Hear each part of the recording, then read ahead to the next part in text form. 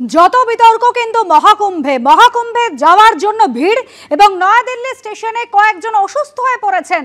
প্রবল ভিড় নয়াদিল্লি স্টেশনে এবং যে ভিড়ের চাপে পদপিষ্ট হওয়ার মতন পরিস্থিতি তৈরি হয়েছে। প্রয়াগরাজ যাওয়ার জন্য ভিড়ের চাপে বেশ কয়েকজন যাত্রী অসুস্থ, সেই ছবি রেখেছে আপনাদের সামনে নয়াদিল্লি স্টেশনের ছবি। বেলকুম্ভ স্টেশন, যেখানে এত মানুষ জড়ো হয়েছেন প্রয়াগরাজ যাবেন বলে, এত ভিড়ের চাপে পদপিষ্ট হওয়ার মতন অবস্থা হয়েছে এবং যে ভিড়ের চাপে বেশ কয়েকজন যাত্রী অসুস্থ পর্যন্ত হয়ে গিয়েছে।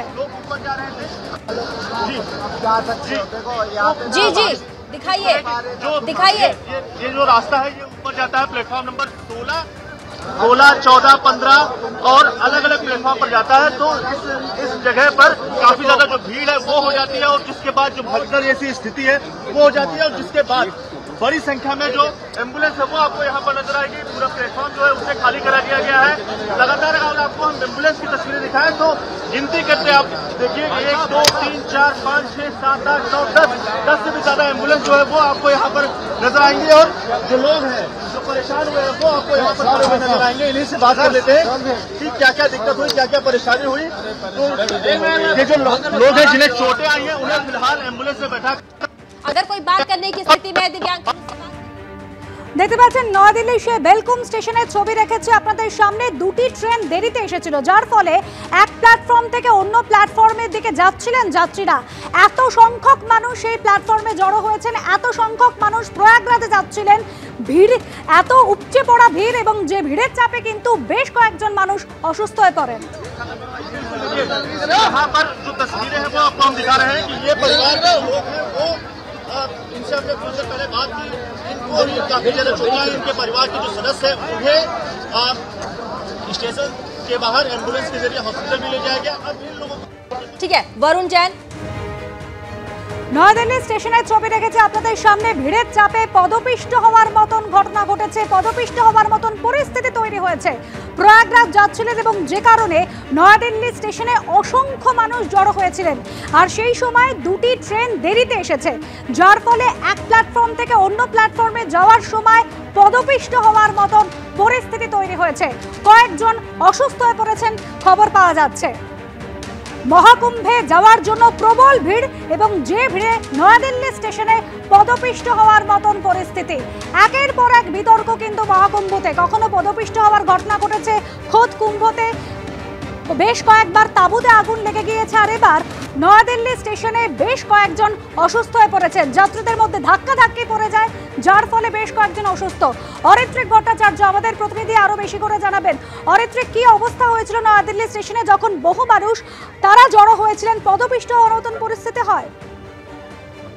দেখো, যেটা জানা যাচ্ছে হচ্ছে দিল্লি থেকে প্রয়াগরাজ, আমরা জানি যে প্রয়াগরাজে মহাকুম্ভ চলছে এবং সেটার জন্য প্রচুর মানুষ সেখানে যাওয়ার চেষ্টা করছেন।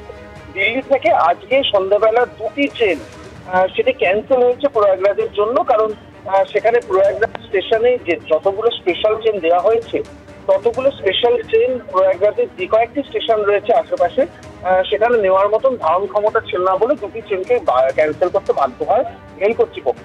এবং তাতেই কিন্তু প্রচুর ভিড় বেড়ে যায় নিউ দিল্লি স্টেশনে। তারপর যখনই প্রয়াগরাজের জন্য একটি ট্রেনে ঘোষণা করা হয় সেটাতে ওঠার জন্য একটা প্রবল ভিড় তৈরি হয় এবং সেটার জন্যই কিন্তু একটা সাংঘাতিক পরিস্থিতি তৈরি হয় এবং তার জেরে প্রচুর মানুষ পদপিষ্ট হয়েছে, এরকম একটা সম্ভাবনা তৈরি হয়েছে। ইতিমধ্যেই যেটা নিউ দিল্লি স্টেশন থেকে জানা যাচ্ছে যে অন্তত 25 জন ইনজিওর্ড হয়েছেন এবং যা পরিস্থিতি সামনে আসছে সেটা কিন্তু আরো ভয়াবহ হতে পারে।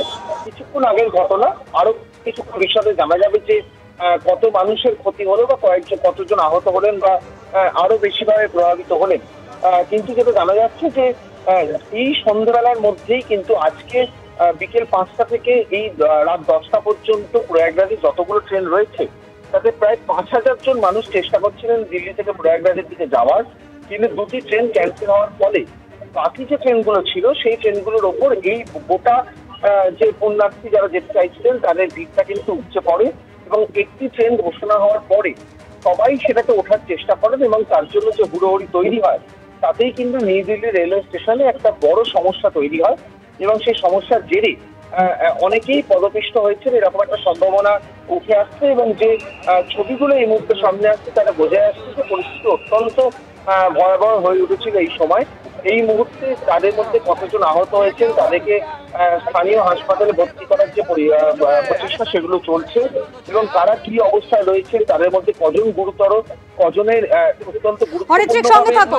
ये उधर अनाउंसमेंट क्यों करवा रहा है फिर कोई? उधर यूं कहो ना, कंप्यूटर वाली भी अनाउंसमेंट बंद करे, वो करवाओ ना सर। अब एक बार बताओ, पहले हम वहाँ गए हैं, फिर हम वहाँ गए, फिर यहाँ हम आए हैं। कुछ नहीं बोला गया, बोले अंदर भीड़ बहुत है, अंदर के चक्कर में भगदड़ मचा हुआ है, इसके लिए अंदर जाने नहीं दे रहे हैं। अभी 11:30 बजे 11:55 की ट्रेन है, शक्ति कानपुर जाना है और जाने के लिए मना कर रहे हैं। कोई कम से कम अनाउंसमेंट तो करें, हाँ सारे ट्रेन बंद है, सारी ट्रेनें रद्द है, अंदर कोई नहीं जाएगा। सरकार को हेलीपैड की व्यवस्था करनी चाहिए। भगदड़ तो मचवाई जा रही है ना। सरकार को इमरजेंसी के लिए हेलीपैड की व्यवस्था करना चाहिए, जैसे कि हवाई द्वारा अस्पताल में पहुंचाया जा सके इमरजेंसी पेशेंटों को।